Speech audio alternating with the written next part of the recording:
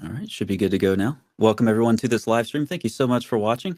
Thank you to my Patreon supporters. They keep this channel going and make awesome interviews with awesome guests like Dr. W. Richard Oakes Jr. possible. Dr. Oakes earned his PhD in Islamic and Middle Eastern Studies from the University of Edinburgh in Scotland.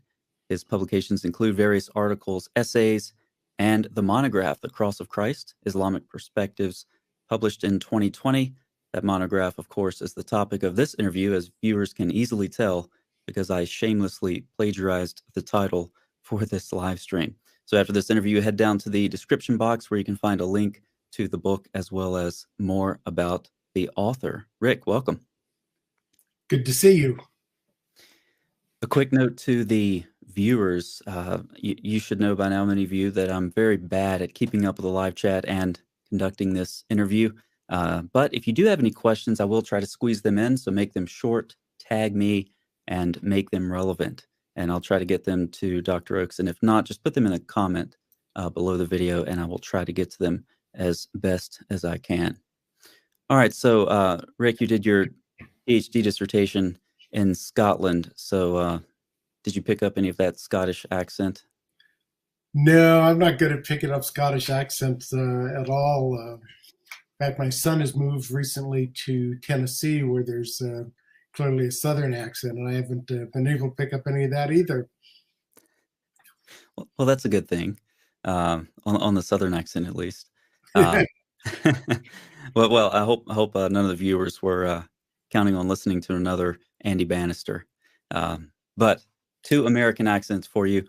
Let's start off with your book, Dr. Oakes, the heart of this interview, The Cross of Christ. So this is obviously a lengthy process. Writing a monograph like this takes a couple of years, and I'm certain that some of your conclusions have changed. I'd like to know what some of those are, and then just describe your basic methodology as you went about writing this monograph.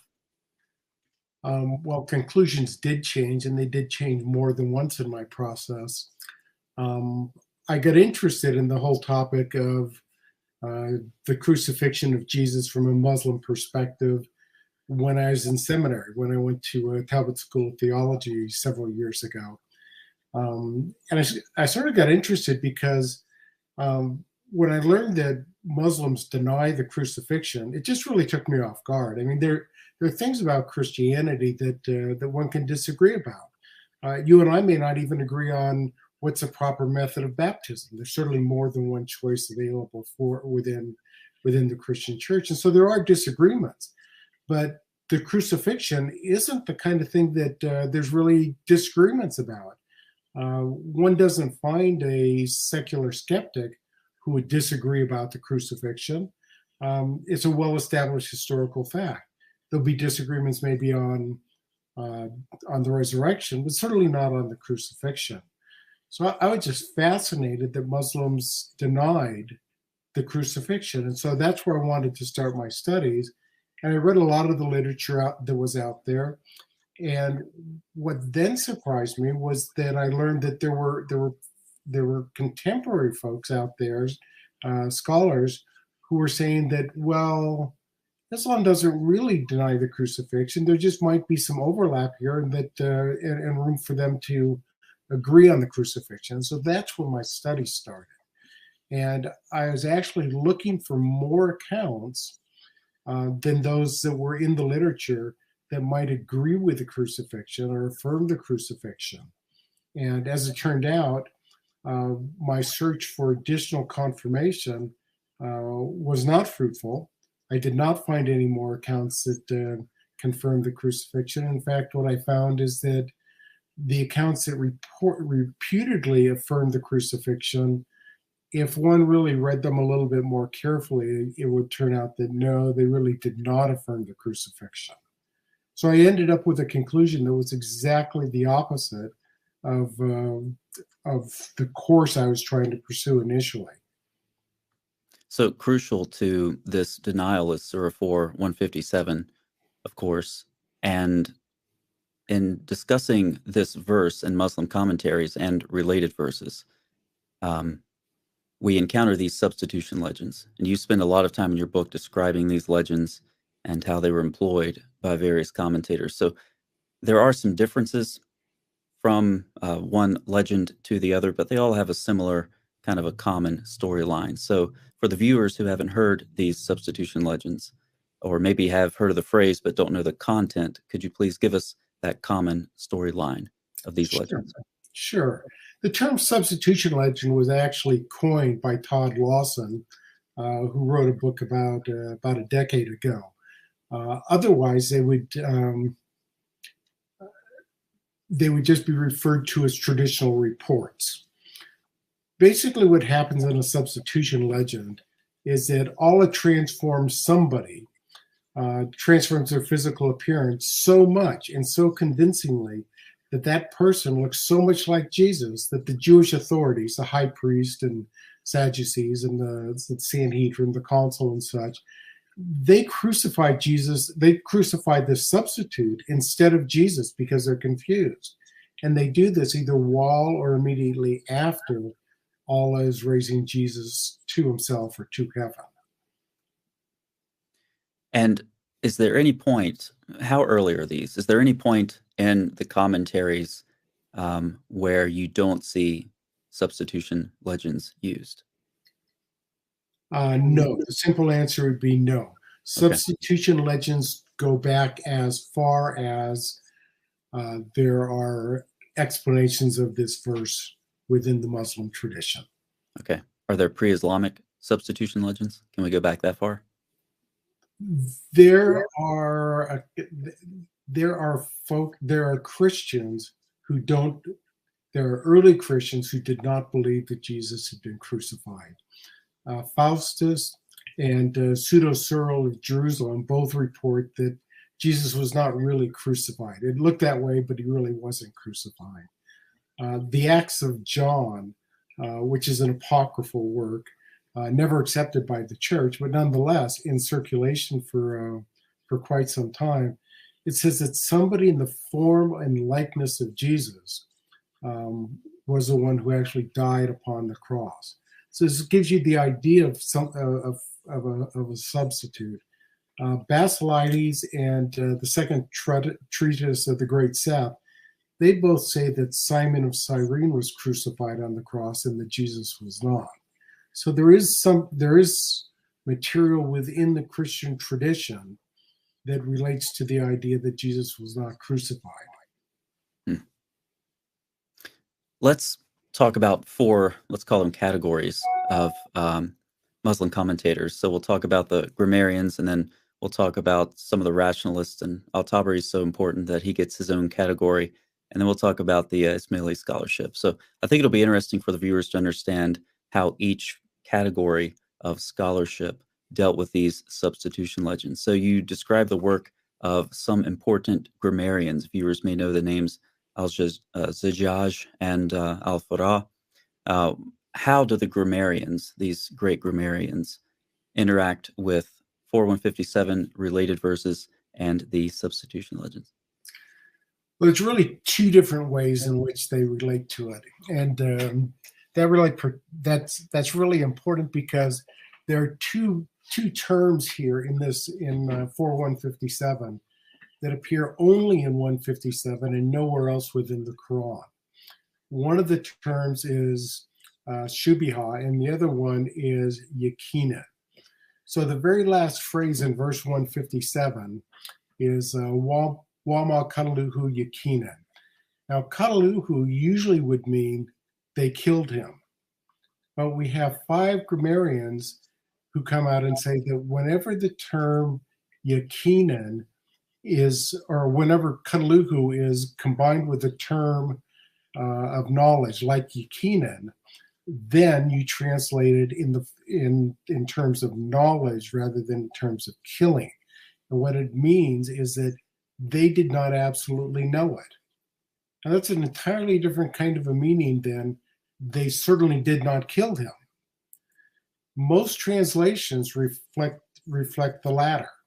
They certainly did not kill him. They treated it as an emphatic denial of the crucifixion. But these five early grammarians all say that it should be translated as they did not know it absolutely certainly. They had doubts. Now, what's particularly interesting about that translation and that meaning is that it perfectly conforms with the four phrases immediately before that that are all in the register of doubt and confusion and disagreement.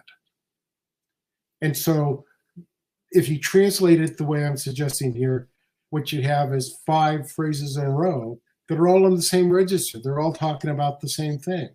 Whereas if you translate it as they certainly did not kill him, well, that has nothing to do with what's been being talked about over the previous four phrases.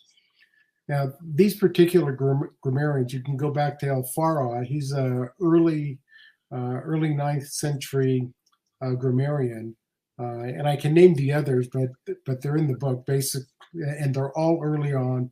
They're all important grammarians.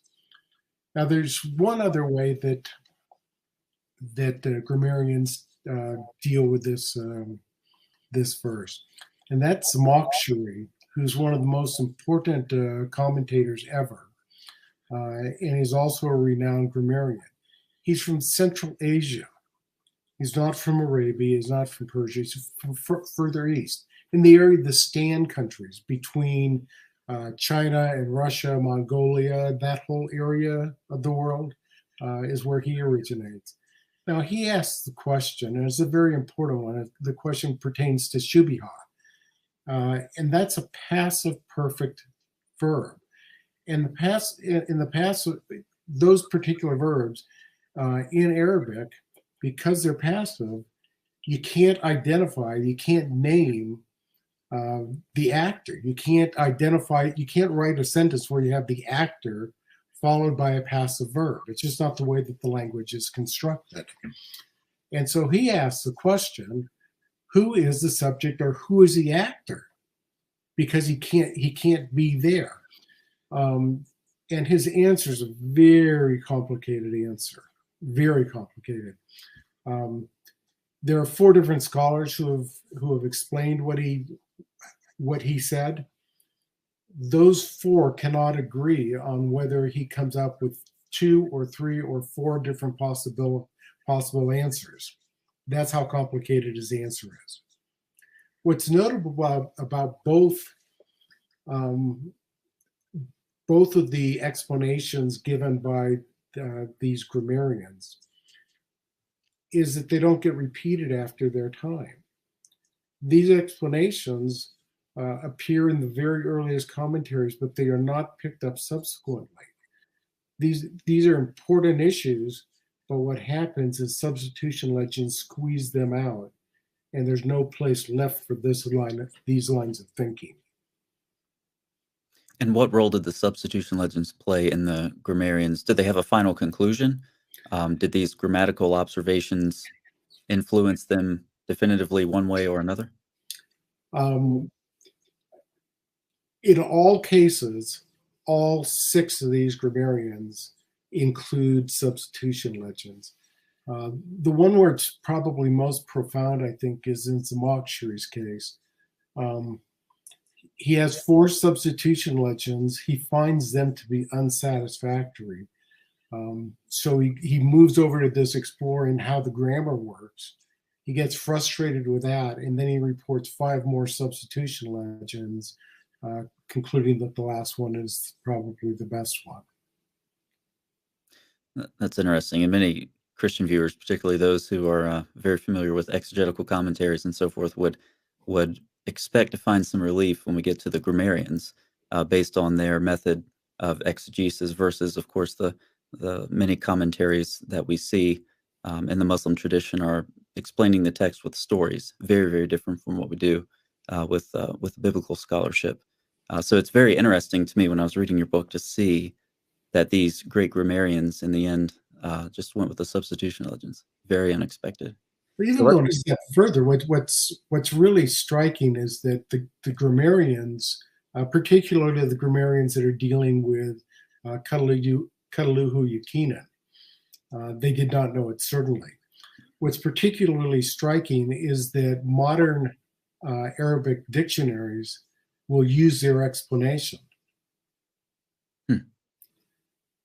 So if you didn't have a commentary, but you knew Arabic or you knew it enough so that you could look up the words, you could go to the modern dictionary, and then you would translate the last phrase as they did not know it certainly. You would not translate it as they certainly did not kill him. The dictionaries would lead you in that direction if you didn't have the commentaries. So commentaries actually distract you from the meaning. Interesting. So sounds like modern Arabic dictionaries have resurrected, no pun intended, the reading of these ancient grammarians. Well, it is appropriate to bring the term up of resurrection now, isn't it? Let's move to Al-Tabari, who, as I said, gets his own category because he was so important here. So how did he approach 4157 and related passages, and what was his ultimate conclusion? Well, with Tabari, we have some idiosyncrasies as well. What most people think of, what most modern Westerns think of when they hear of Tabari, if they're familiar with him, is they think of his commentary. It's the first published commentary that's circulated in the West, and that was because it was subsidized by the royal house of Saud. And it's been in circulation now for just over 100 years, several different printings and slight variations of it. What most people in the West aren't as familiar with, and I use the term loosely because most people aren't even familiar with Tabari, but those who are familiar with Tabari, what's most notable is that is his history. He is most famous for writing a history of princes and prophets. It's 39 or 40 volumes, and in printed form takes a couple of bookshelves. It's very, very extensive, and that's what he's most famous for. Now, he doesn't say the same thing in his history as he does in his commentary. That should be striking. In his history, he includes half a dozen reports. A couple of his reports talk about Jesus having a ministry, a 3-year ministry, and then dying at age 30 or age 33. 4 of his commentaries are traceable to Ibn Ishaq. Ishaq is the author of the most important biography of Muhammad. He's one of the most credible people in Islamic literature. So he's got 4 reports from Ishaq, all of which say that Jesus was crucified in the afternoon. One of them specifies at 3 o'clock. The other says that he was dead for 7 hours and then rose. And so this is what he reports in his history. But you go to his commentary when he focuses on 4:157, he has 11 reports there, all of which are substitution legends. And interestingly, Tabari was also a compiler of hadiths. He had his own compilation of hadiths that had several thousand hadiths. These would be reports that you can trace all the way back to Muhammad or to the companions. Not one of these 11 reports was a hadith. They were substitution legends. They were stories that were not credible enough to make it into his hadith compilation.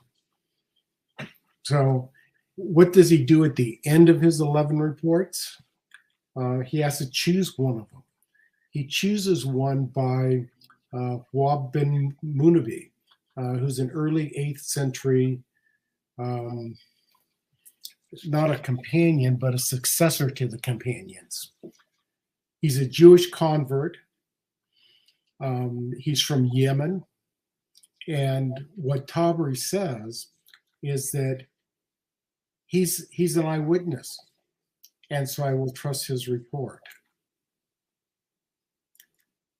Keep in mind here that he died 7 centuries after Jesus' crucifixion. So he wasn't exactly an eyewitness. His people may have been eyewitnesses because they were Jews. But still, 7 centuries means you've got to pass this through 20 people before it gets all the way down to Wahb. The report includes the notation that Jesus was taken out of the house where his 17 disciples were present.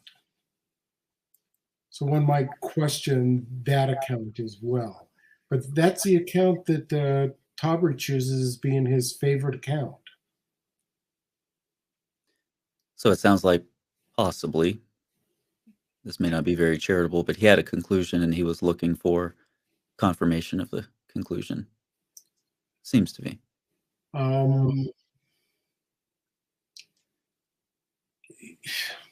Because we'd have to explain him leaving aside everything in his history. It's really hard to explain why he would ignore the 4 reports he had from Ibn Ishaq that confirmed the crucifixion that he's already reported in his history book. That's the most famous history book in Islam. He completely ignores them, and then he chooses this report from Wahb. Now, you get a second problem here with Wahb, and that is that the first 2 reports are from the same guy. In today's world, if you called me to testify on some case at a jury trial, and I gave a report to you, and then the cross-examiner came up, and I gave an entirely different report to him, how would you choose which one to believe? Well, you'd most likely just dismiss me as a witness altogether and say, I've got a clear case of perjury in one case or the other. Lock this guy away. But no, Tabri chooses one of the reports. It's fascinating. That's sort of perhaps kind of a internally incoherent methodology about Tabri takes us to the next question. Out of all the Razis out there, and let's talk about Fakhruddin al-Razi. This is someone I mentioned kind of the internal conflict because al-Razi offers some very powerful objections against these substitution theories. And a lot of viewers, I think, will sympathize with them. Before we get to al-Razi, though, Sahih Luke has a question. He was wondering about Todd Lawson's work, who we're also able to, or going to bring up soon, so this question fits right in. He says, in Todd Lawson's work, he notes a couple Muslim exegetes that point out, according to grammar, that Jesus was made to look like someone else, not the other way around. Are you familiar with that? I don't recall that from Lawson. I think where that comes up is in Zamakhshari. Zamakhshari says that the language, if you follow proper grammar, what you would have to conclude is that Jesus is the one that is transformed into the image of somebody else. And the reason he heads in that, and he doesn't like that conclusion, which is why he goes back to reporting some more substitution legends. Now, the reason grammar would lead you in that direction is that there's nobody named in the Quran that could have been transformed into the image of Jesus. So the only way you could then interpret Shubiha is to reverse that and say that it was Jesus who is the one who is transformed into someone else's image. Mm-hmm. Jesus is the only one who is Jesus is the immediately preceding noun. Pronouns refer to the immediately preceding noun. Therefore, Jesus is the one who is transformed into the image of somebody else. That appears to be nonsense. And so Zamakhshari moved on to some more substitution legends. Yeah, I can see why he would. If Jesus was transformed into someone else, then why would he have been crucified? That seems to be odd. But let's go back to al-Razi. Can you give us an overview of al-Razi's arguments? Razi's got 2 different sections where he comments about the crucifixion. One is in verse 355 and the other is in 4157. In 4157, he does exactly like all the other Quranic commentators do. He has 6 substitution legends. So everybody's got substitution legends there, but he goes to, in 355, he takes an approach that I'm not aware that there's any other Islamic commentator who is taking this approach. He has 6 arguments against the crucifixion. 6 reasons why this could, why the substitute. I'm sorry, has 6 arguments against substitution legends. He says that they're just plain incoherent. What he does is 4 of his arguments are real. 2 of them are repetitions of arguments that Ibn al-Rawandi and Razis had previously uttered. The first one has overlap with several of the later ones. His first argument starts by saying that transforming somebody into the likeness of another is sophistry. And that just naturally leads to a domino effect, where, first of all, that if you can't, firstly, you can't trust your senses.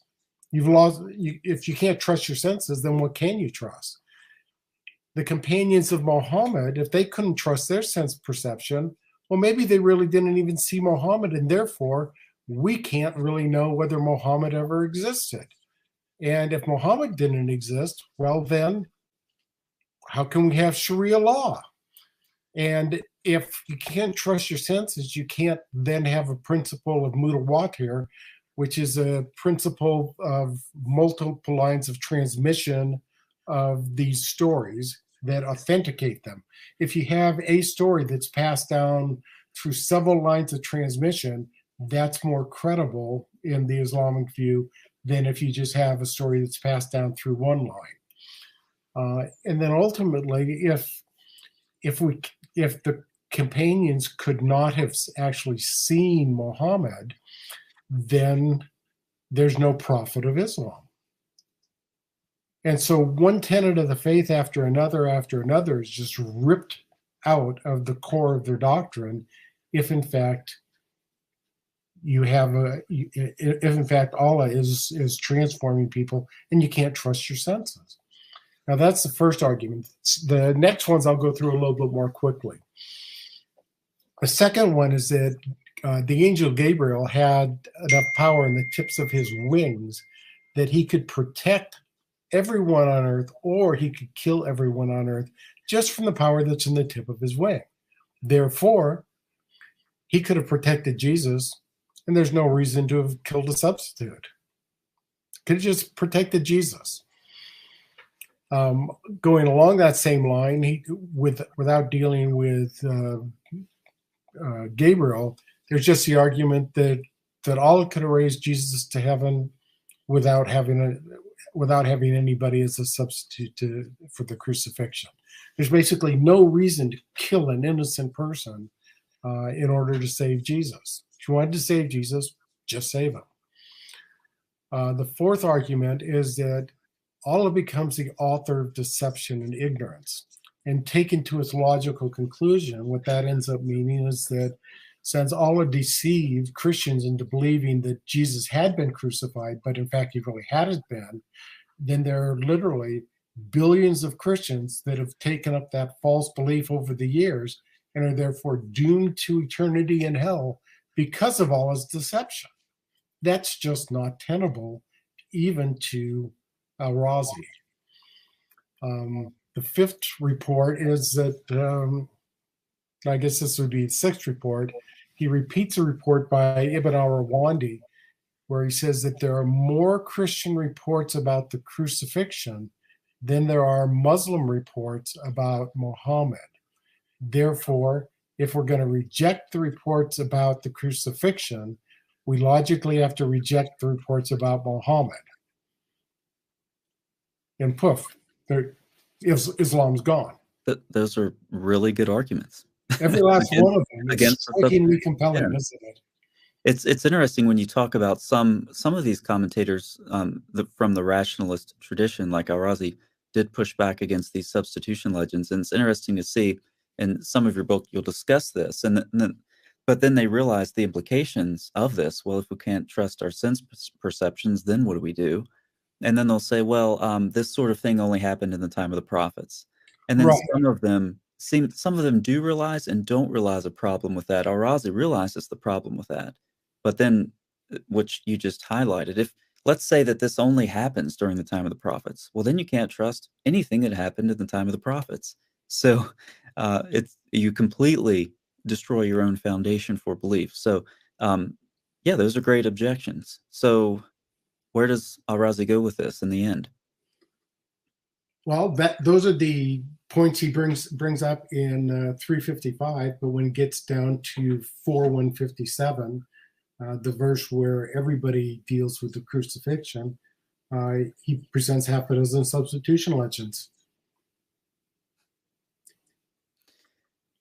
That's He shocking. he separates his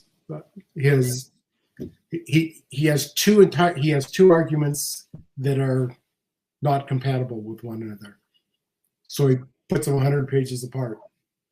So Tabari separates his history from his commentary, and Razi separates 355 from 4157. I haven't thought of putting it that way, but yeah, that's absolutely superb. That's exactly what's going on here. So Todd Lawson's book was mentioned earlier, obviously another recent contribution to this field. And I'm going to quote from page 107. He says, although he, referring to Fakhruddin al-Razi, certainly stops short of actually affirming the usual Christian idea that Jesus was put on a cross and killed, al-Razi, in his criticism of the substitution legend, moves considerably toward such a position. And I think you could probably make that argument if you just looked at 355, but not if you looked at 4157. So that seems to be in conflict with what you found in your treatment of Razi. Right. And that ties into one of the ways in which my thinking ends up in a different spot than Lawson's is that he's put more of an emphasis on those who on the places where Islam agrees with Christianity on the crucifixion, and a little bit less of an emphasis on what the conclusions of their work are. He's right in bringing up all of these places where there seems to be agreement, but those aren't the conclusions. Very interesting. So we've talked about the grammarians, we talked about Tabari, and then the rationalist approach, or at least al-Razi's version of it. So let's turn now finally to the fourth category, and that would be the Ismaili scholars. So what's different about them, and what do they conclude? The Ismailis are, let me first identify who the Ismailis are. The Ismailis are Shiites, but they aren't the kind of Shiites, they aren't the dominant strand of Shiites that we have today. Most of the Shiites that are around now are what you would call 12er Shiites, or if not Ashura Shiites. And they're waiting for the 12th Imam to return. The Ismailis are waiting for the 7th Imam to return. And they're waiting for the Imam to return so that he can overthrow and replace the unjust and oppressive rule of the Sunnis. So they're in opposition to the Sunnis. They want a different form of government. They want their Imam on the throne, not the Sunnis. Now, during the mid-10th century, there were half a dozen Ismaili scholars who wrote about the crucifixion. And there have been several different places where their works have appeared in the literature. And sometimes it's characterized as they're affirming the crucifixion, but it's often categorized as they're affirming the crucifixion. But on a more thorough analysis of what they're really doing, not one of these guys is explaining Surah 4, Ayah 157. These are not commentaries. This is evangelistic literature. They're out trying to convert people to their cause. Some of the people they're trying to convert to their cause are Christians, others are Jews. This, at the time that they're doing this in the early 10th century, the Muslim world is not uniformly Muslim. There are still many Christians and many Jews out there. And so that's what they're trying to do. And in finding common ground, they often use the motif of the cross as they're speaking to Christians. But their arguments aren't to affirm the crucifixion. What they're doing in their arguments are one of two things.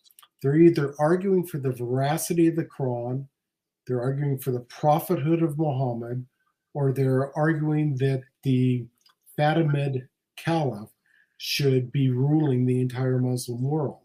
So they're making arguments for those things. On the other hand, they are sometimes arguing against two different schools of polemical arguments that the Sunnis have, or they're arguing against Neoplatonic philosophy, which they just despised. So they aren't arguing for the crucifixion.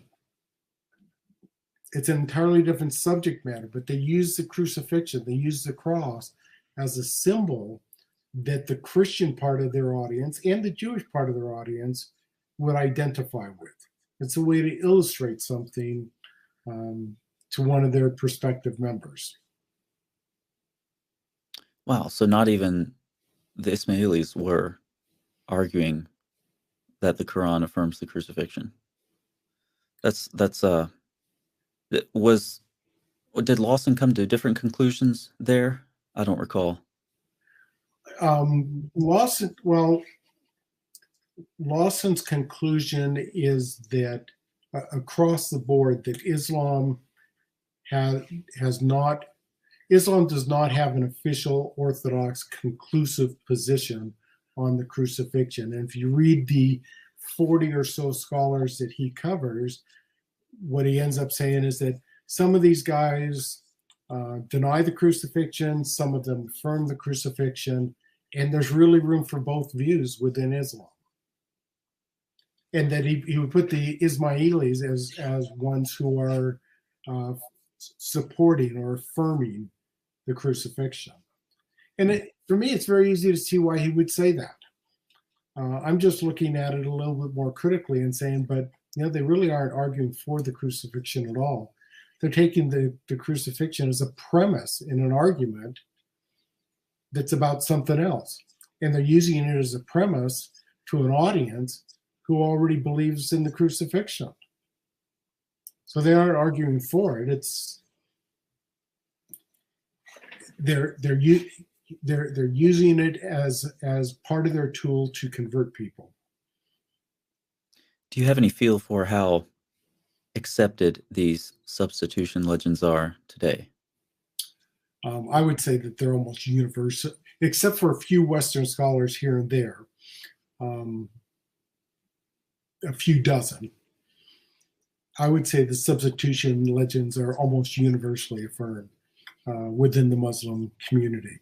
So much so, I can't tell you how many times when I've met a Muslim for the very first time, within the first few moments of a conversation, it'll become evident in one way or another that I'm a Christian. And what they'll say time and time again is, did you know that Jesus has not been crucified? Not necessarily the way I would start a conversation with somebody who had a different viewpoint than me, but over and over and over again, conversations will start on the basis of they're proclaiming that Jesus has not been crucified, and proclaiming it from what they say is an unambiguous verse in the Quran. Yet it's clearly not unambiguous. Well, let's move more specifically to that verse now. That was a great lead-in. By the way, I guess to Muslims like that, though, you could just respond using Al-Razi's arguments against the substitution legends. But so let's talk about 4:157 specifically. So what does this verse explicitly affirm or deny in your view? It clearly states that the Jews did not kill or crucify Jesus. Right in the verse it says, and they did not kill him, and they did not crucify him. The they clearly refers back to the people of the book in verse 153. And in the case of the paragraph that stretches from verse 153 through 162, The people of the book that they are referring to is the Jews. It is not the Christians. If you have any doubt about it, what you do is you read the paragraph and you see what the paragraph is talking about. And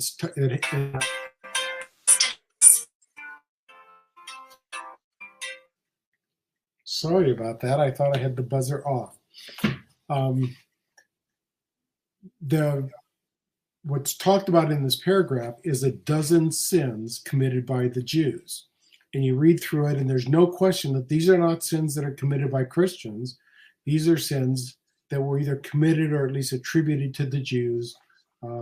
Most of them are documented also in the Old Testament. So this paragraph is about the Jews. So the they in verse 153 or 157 refers back to the Jews in 153. So the Jews did not kill Jesus, and the Jews did not crucify him.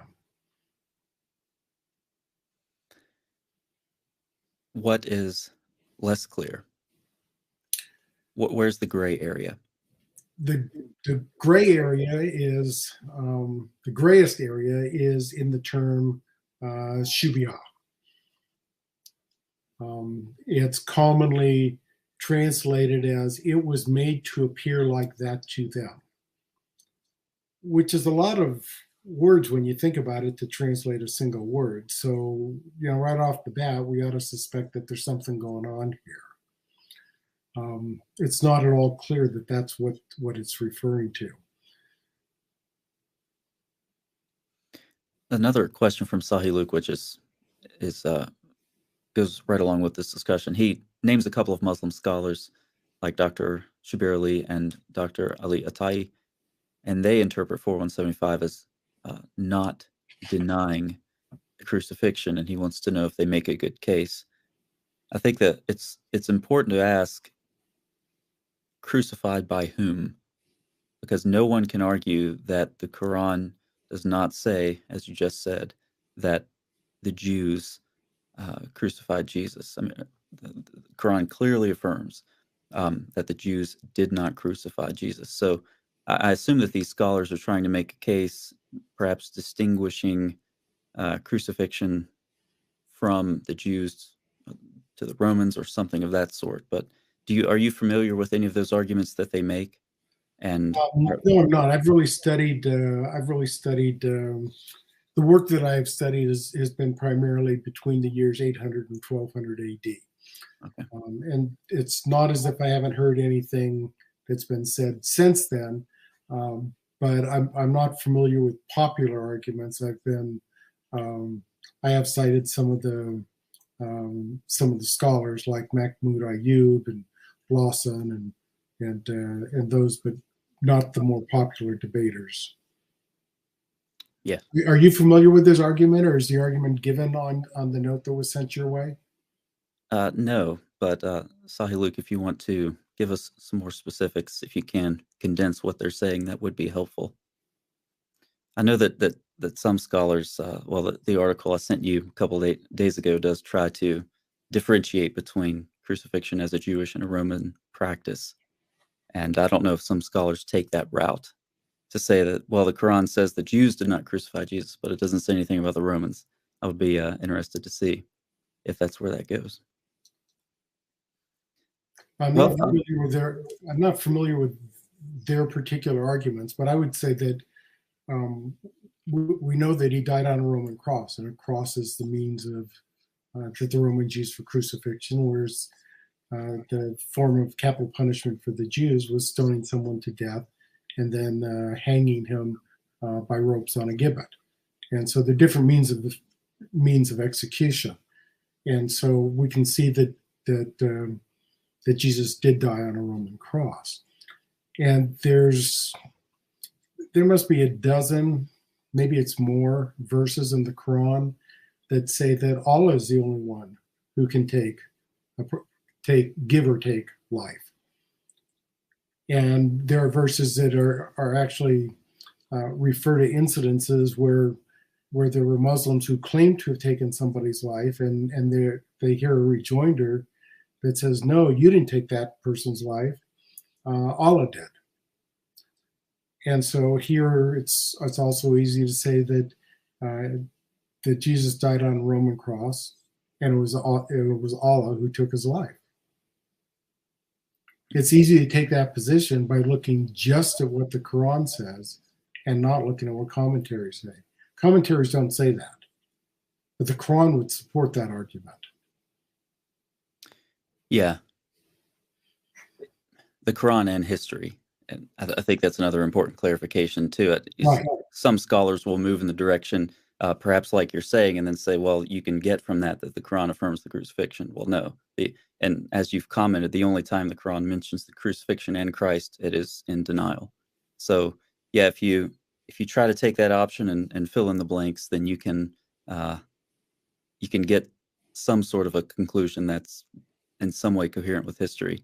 Also, I do wonder if you have, and this will be the last question, if you have any qualms with some scholars who try to make too much of a difference between the Jewish practice. You mentioned stoning, and then you talked about crucifixion as well being a Roman practice. But, in reality, in the first century, it was so much a part of the jurisprudence system of the Jews that Peter would say in Acts 2 that you crucified Jesus. We have Galatians 3:13, we have the temple scroll, we have Josephus, and all of these first century Jews directly connected, as you mentioned earlier, Deuteronomy 21, 22, and 23 with the crucifixion. So, I mean, yeah, it's something that the Romans developed more, but it was very much a part of the Jewish jurisprudence system, so much that they could link the Torah directly to it.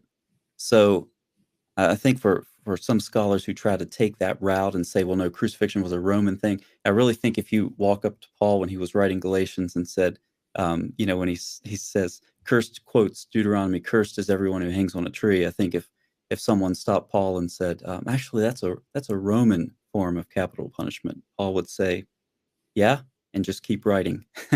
So I really don't. I think in some ways that's a distinction without a difference, given the first century circumstances. But those are just my thoughts. I think I'll end up pretty close to what you're saying, and that is that one of the things that one of the lines of reasoning that's very much in the public square today, and has been for some time, is the idea of being complicit in something.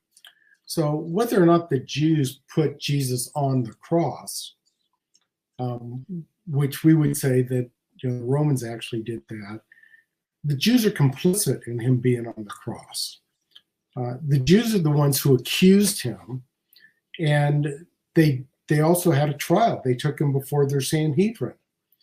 The Jews riled up the crowd to persecute, to crucify Jesus instead of Barabbas. The Jews are very, very much involved in the process. So even if it wasn't the Jews who physically killed Jesus, and if it wasn't the Jews who physically put him on the cross, they're complicit in his death through several of their actions. And so that line of logic, often there's a long line of logic behind what it is that somebody says in a what is it, 140 character Twitter tweet, or that Paul said in a single sentence.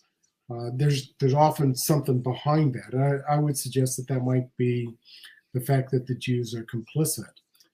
I would also take your statement of what Paul said in the first century and say that line of thinking, from what I can tell, has permeated Jewish-Christian relations for centuries and centuries and centuries.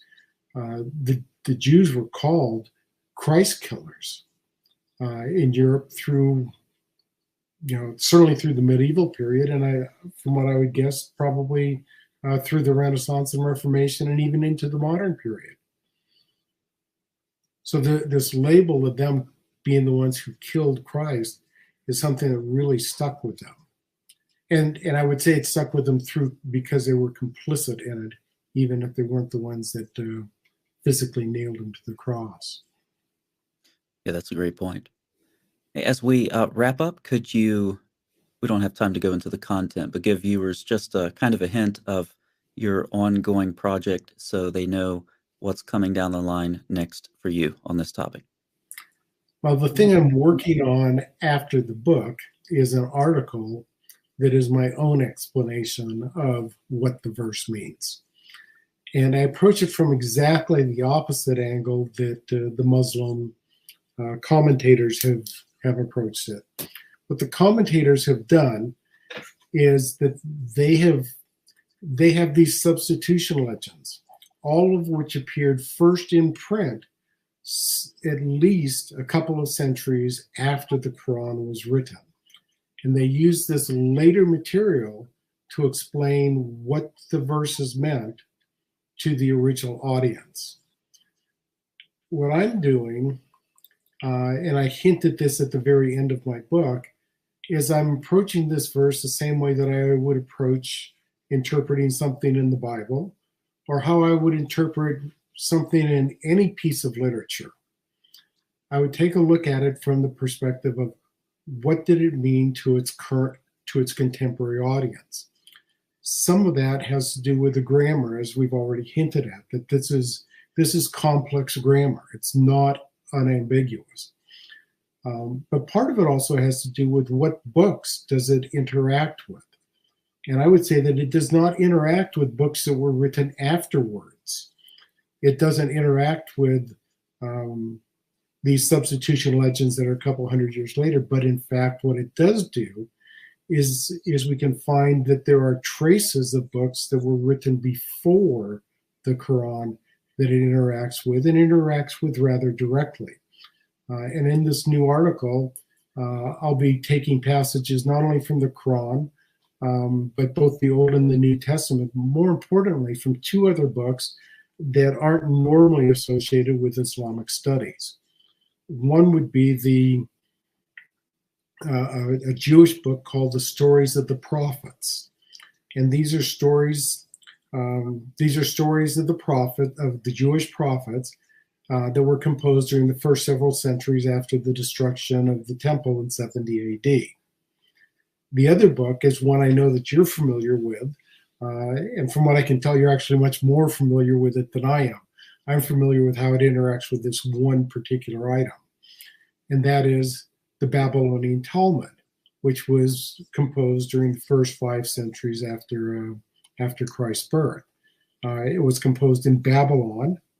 It was composed on the Tigris River, on the Euphrates River, about 50 miles away from where this whole process of explaining the Quran took place, in Baghdad, one river over. And these two rivers are connected by a canal in that location. I mean, these are sort of like suburbs on opposite sides of town, where the Jewish scholarship took place during the first 5 centuries after Christ, and then a couple centuries later, Islamic scholarship is starting there in Baghdad.